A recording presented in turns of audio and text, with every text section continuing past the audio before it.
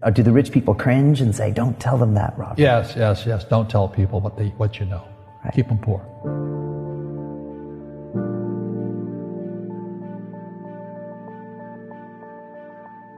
The moment I pay you, you think like an employee.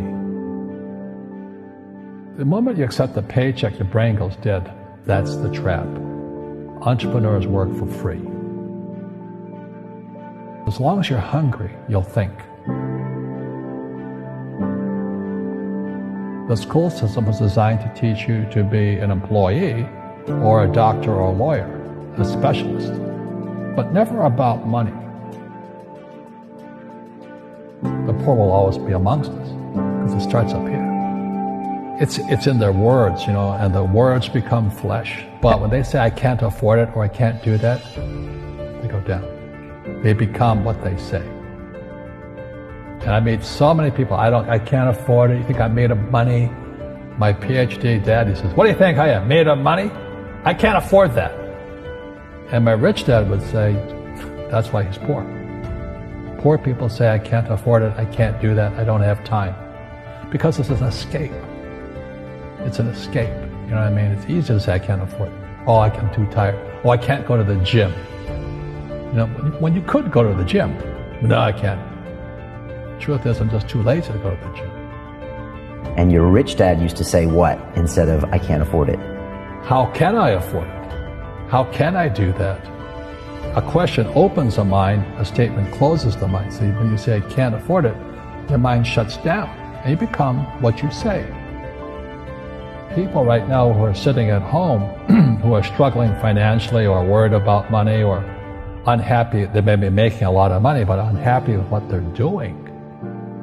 It was probably taught to you. Your superego was taught, get a job, work hard, or you'll never be rich, or the rich are evil, or whatever. Poverty is passed on.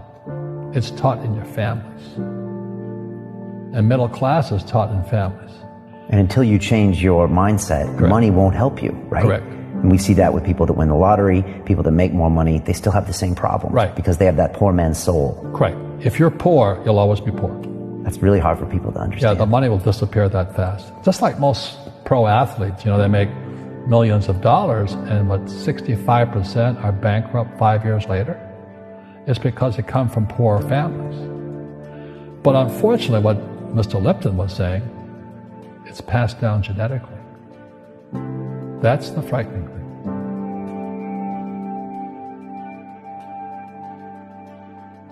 If you don't want to learn it, I can't help you. I have bad luck too. I've had financial crashes. I've had people stab me in the back.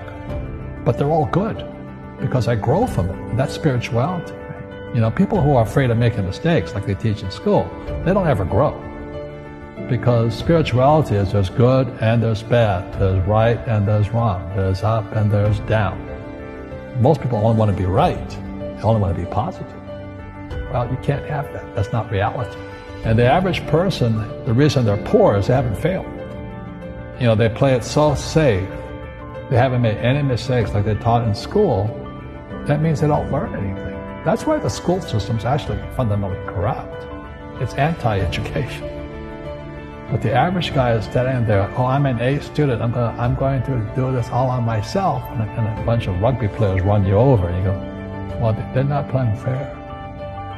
You're playing stupid. You should have a team. You should have accountants, attorneys, and bankers and all that stuff. But that's not the game I want to play. I said, then don't play the game.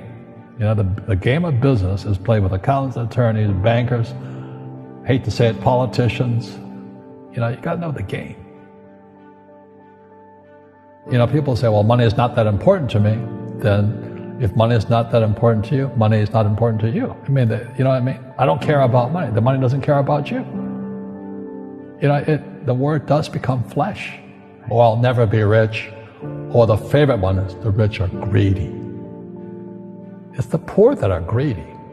If you think about it, because to be rich, you have to give something. I have to produce books and games, and I purchase real estate, I provide housing, provide jobs and all that. That's why I'm rich. But greedy people produce nothing. Einstein said, imagination is more important than knowledge, but knowledge empowers imagination. And what most people lack is real business knowledge, like accounting, like debt, like taxes. You got to know that stuff, but they don't teach it in school to anybody. Our school systems are making our students weaker. So in school, they have these things called now trigger effects. So you can't, as a teacher, you can't say anything that might upset the student. They don't want anything that might jar their point of view. You see people say, well, why don't you give the poor money?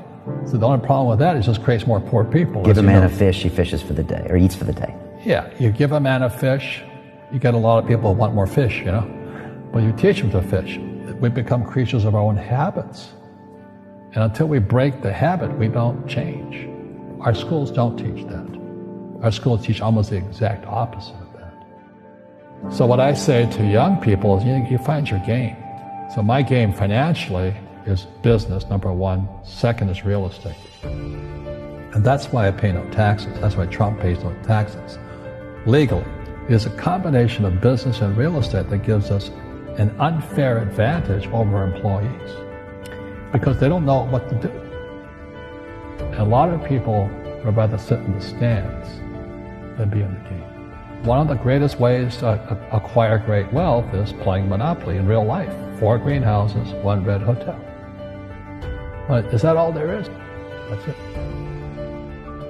Robert, if I could give you some kind of a magic phone and you could make a call to the 20-year-old Robert Kiyosaki and give that young man a bit of advice, what would you tell him? I would just say keep going. Just do what you have to do. Just live it to the fullest, which I did. Nothing I ever did made sense. Now, could you imagine quitting a $120,000 a year job for $200 a month to go fight in Vietnam and almost die? It didn't make sense, but it was the best decision I made at that time. And I think what most people do is they let their parents or their friends talk them out of life. So afraid of failing. But failing is how we succeed. You look at guys like Edison and all that. They failed like 1,014 times before he invented the light bulb. Our schools punish you for making mistakes.